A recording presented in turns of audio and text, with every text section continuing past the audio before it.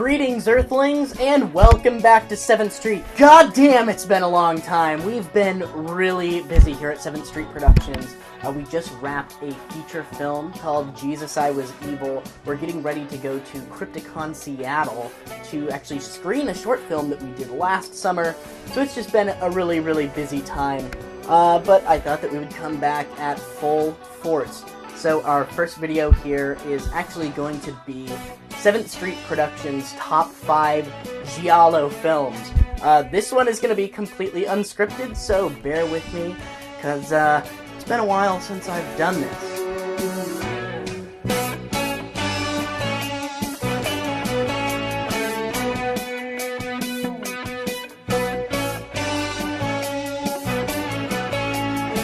Number 5 on my list is one that I think would probably make most Giallo fans' lists, and that's Torso. Torso!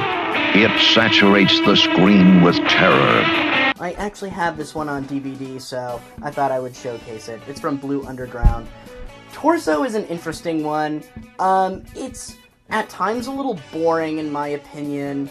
It's not super bloody, what with the movie being called Torso.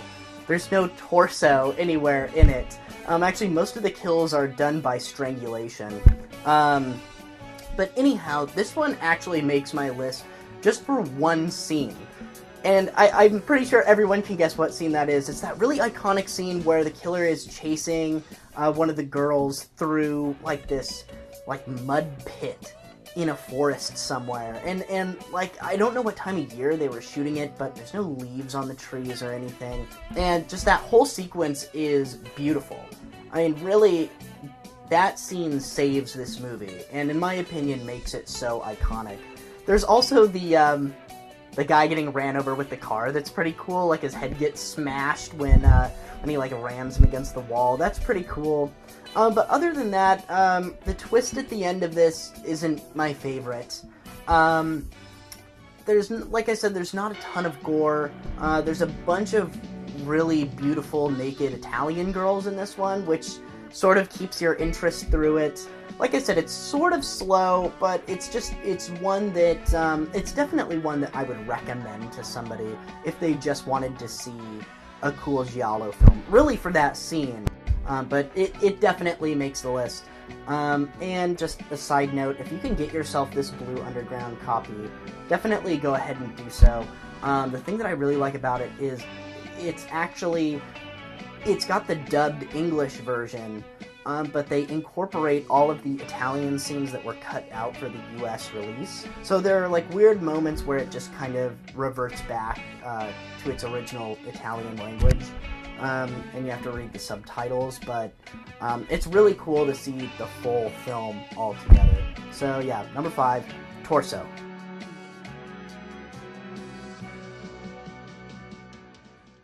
Number 4, I swear that I have I have it on VHS. I actually don't have the Anchor Bay release of this one, which is kind of sad. I just wanted to throw that out there right now. So I don't have anything to hold up, but I do have it on VHS. And that is Dario Argento's Phenomena. You know, there's a murderer around here. This girl's our age and kills them. And then he hides the bodies.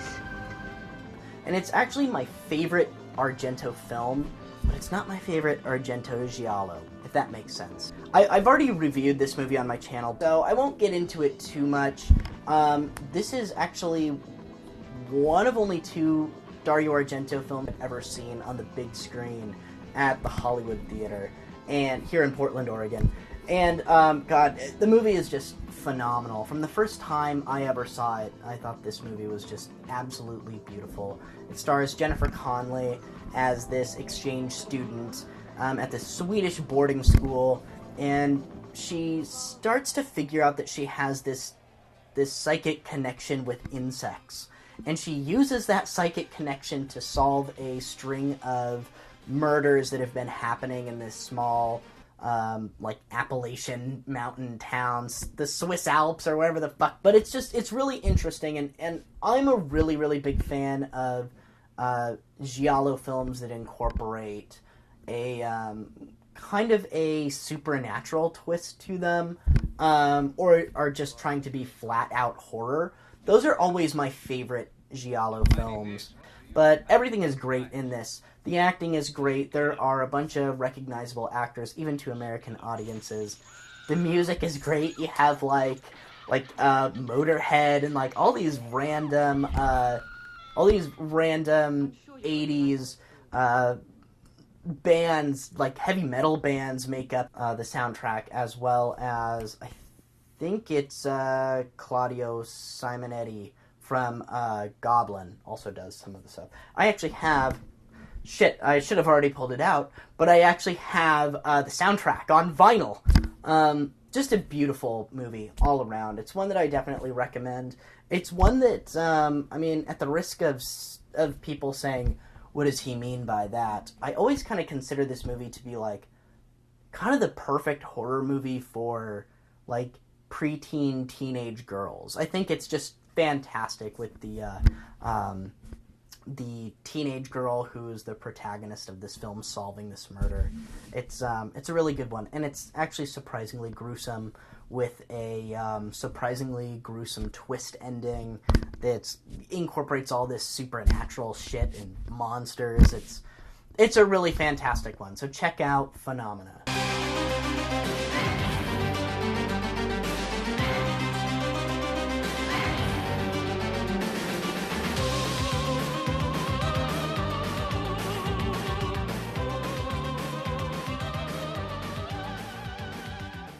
Number 3 is another Dario Argento film. This one, just like Phenomena, at any point in time could be higher or lower on this list. But that would be Four Flies on Grey Velvet.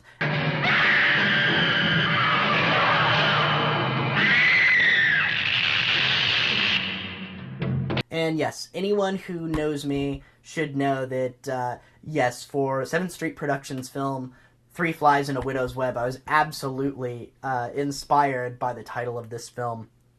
I bought this movie off the title alone. And actually I got this shameless release fairly recently. I think it was for Christmas or for my anniversary. I can't remember. But my girlfriend ordered it for me. I used to have kind of a really crappy DVD release of it. So just a side note, get yourself the shameless Blu-ray edition with the yellow Giallo. This one is really cool, mainly because it's one of Dario Argento's earlier films, and it's kind of like in a period in his career where I feel like he was hot shit and he knew it, and he was getting a lot of money, and it shows in the film. The production quality is just through the fucking roof. And the killer in this movie is wearing one of the strangest masks I've ever seen. It's kind of like almost like this big... I kind of always thought it looked like a big baby face. It kind of reminded me a little bit when the movie Happy Death Day came out. And I saw that. It kind of reminded me a little bit of Four Flies on Grey Velvet. But in a nutshell, it's about this drummer who, he's being stalked by this guy in the beginning of the movie, and he begins to stalk his stalker, and then kills his stalker. But just as he accidentally kills his stalker, there is this unknown masked person who started taking pictures of him the moment that he killed his stalker. So now the drummer's got a new stalker who saw him kill his stalker and keeps giving him these photos through the mail and shit, you know, like letting him know that, oh, you know, I know that you killed somebody, or I can frame you to make it look like you killed someone, and I can make it look like you killed other people too. So it's kind of Hitchcocky in that way. It reminds me a lot of an Alfred Hitchcock film. You know, not a lot of gore. There's like a fair amount of nudity in it. It's a pretty typical Giallo film from the early 70s. But it's definitely my favorite of the typical Dario Argento Giallo films. You know, a lot of people, I think, put like The Cat o' Nine Tails and Bird with the Crystal Plumage Deep Red, Tenebrae, all of those almost made my list. But I kind of had to be honest to myself, and Phenomena and Four Flies on Grey Velvet are my favorite of his Giallo films. So yes, this is the last Dario Argento film to make the Giallo list.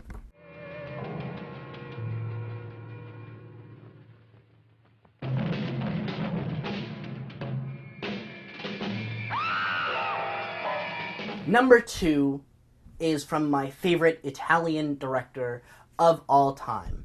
I actually do not have this movie on DVD. I don't even have it on VHS. I've had to pirate it. Amazon is a super cool thing because I have been ordering all of his films, but this one is out of print and it's super expensive, and that is Lucio Fulci's Murder Rock.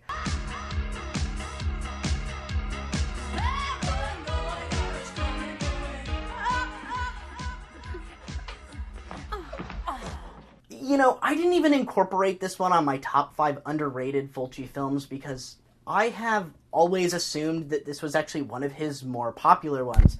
We, luckily, here in Portland have a really cool video rental store called Movie Madness that has every movie ever. So I was able to binge all Fulci films years ago when I discovered this place. And Murder Rock was one that I was like, wow, that's a really fucking good film. And it seems to have fairly decent reviews, at least compared to some of his other films. And I always assumed that people loved this movie, kind of considered it to be one of his better ones. 1, 2, 3, 4, 5, 6, 7, 8. 1, 2, 3, 4, 5, 6, 7, 8. 1, 2, 3, 4, 5, 6, 7, 8. It wasn't until recently that I started noticing that people consistently rate it lower and kind of consider it and Manhattan Baby to be the end of, you know, Fulci's real career, which is sad to me, because I think this movie is fucking awesome. It seems like people's biggest complaint with it is that it's not gory at all. But that's the thing, is it's done that way on purpose. It's super unique. I love the murder weapon in it, which is that big, long, like, sewing needle.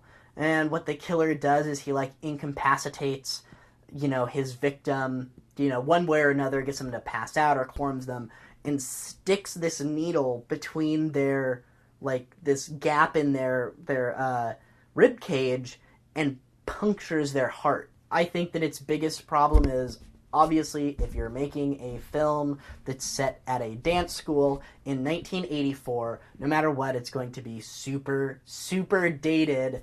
What's that something said? Oh, the streets to blame.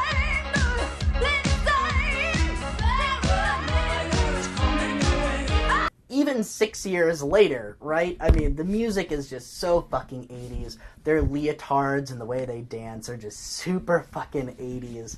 I mean, it's one of those movies that you go, oh, okay, yep, this is the mid-80s, the big hair and everything. And actually, the movie was supposed to be called Slashdance, which I fucking love. I love that title. And somewhere along the way, they advised him or someone else with the executive decision decided to change it to Murder Rock, which I don't really understand. I can only guess that it makes a little bit more sense in Italian, like death metal, murder rock. I don't know. But, I mean, there are scenes in this movie that are, like, lifted straight from Flashdance.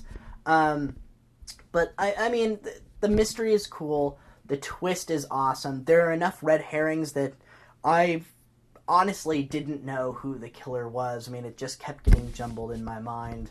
And it did kind of keep you on the edge of your seat. You know, all the Fulci regulars make a return except for Catriona McCall. I mean, the guy from Manhattan Baby, who's like the child psychologist, is a detective in this. Al Cliver makes a return. So, I mean, there's really nothing to dislike about Murder Rock. I think it's a fantastic Fulci film and a fantastic giallo that works perfectly.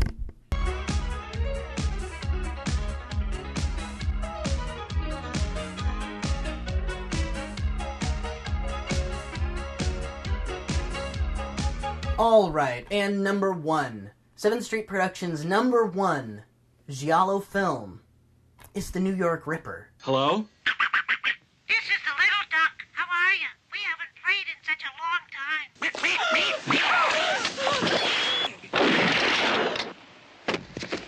How can it not be The New York Ripper? I mean, this movie is so fucking crazy, from the kills, to the dialogue, to the fact that the killer, uses this ridiculous Donald Duck quacking noise and talks like a duck, where he's like, bah, bah, bah, bah, bah, bah. Speaking. What do you want? To dedicate a killing to you. Gonna sacrifice a woman just for you. Like the idea?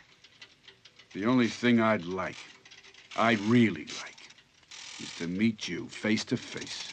That'll happen sooner or later. It's fucking awesome.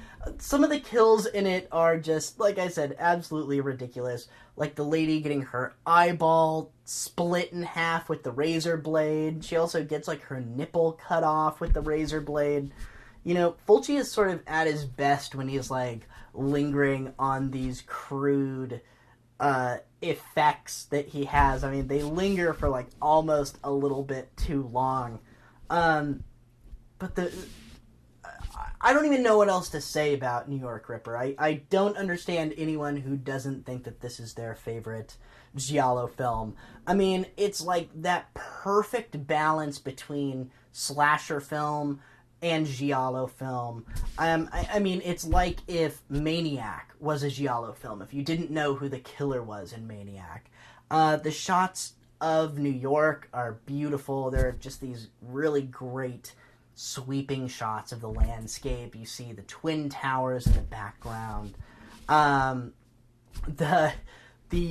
main character, and spoiler alert, the guy who ends up being the killer, is from Fulci's film from around the same time, Conquest, and he's actually one of my underrated Fulci actors. His name escapes me.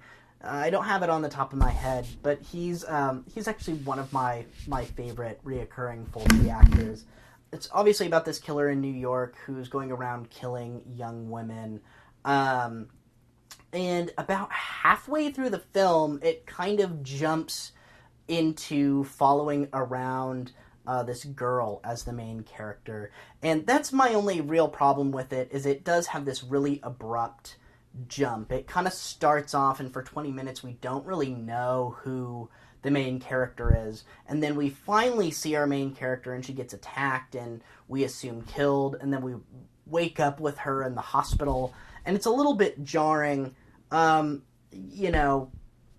that's really my only gripe with the film. It's super mean-spirited. I mean, you see a nymphomaniac get fucked with a guy's toe and then killed. The movie is just bananas. Talking about it doesn't do it justice.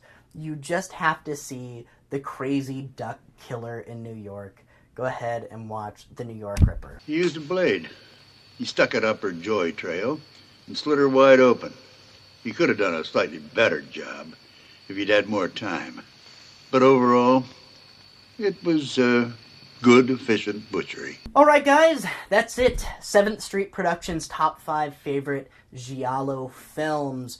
I'm sure that none of you guys agree with my list, so definitely go ahead and comment below and let me know what your top 5 favorite Giallo films are. And they say that generosity makes you live a lot longer. So why don't you go ahead and subscribe to my channel, hit the notification bell so you get a notification every time I upload a new video, and share this among your friends. I mean, even if it's just to say, hey, look what this idiot thinks his favorite Giallo films are. So, I appreciate you guys watching this. Definitely find us on Facebook, find us on Instagram, find us on our new website, 7thstreetfilms.com. Keep an eye out for some of our original content that will be coming out soon, like Kathy's Closet. We're going to do a few more festivals with it, but eventually it will end up on this channel. 2 of our feature films that we have released through Kings of Horror are One is at 50,000 views, and the other one is getting dangerously close. So go ahead and look up some of our earlier films, Three Flies in a Widow's Web, and If These Walls Could Talk. And definitely keep an eye out for our new feature film, Jesus, I Was Evil. We should have a Facebook page dedicated to that, hopefully sometime soon. We've just been slacking. So, until next time, guys.